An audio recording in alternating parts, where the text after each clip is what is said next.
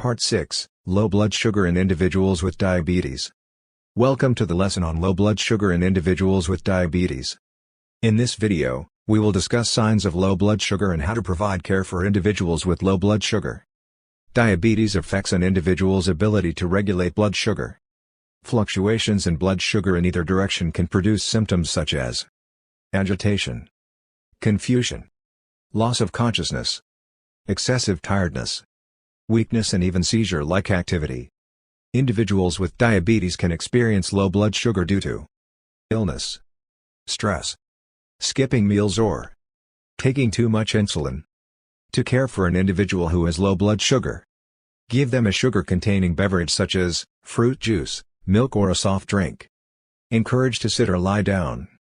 If their symptoms improve, encourage them to eat. Also, be sure to call 999.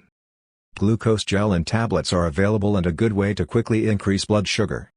Alternative to gels and tablets include packets of sugar, honey, or jelly from restaurants, which may be ready available. Consider keeping any of these in the first aid kit. If an individual with diabetes is unable to set up or swallow safely, do not give them anything to eat or drink. This could result in choking or aspiration.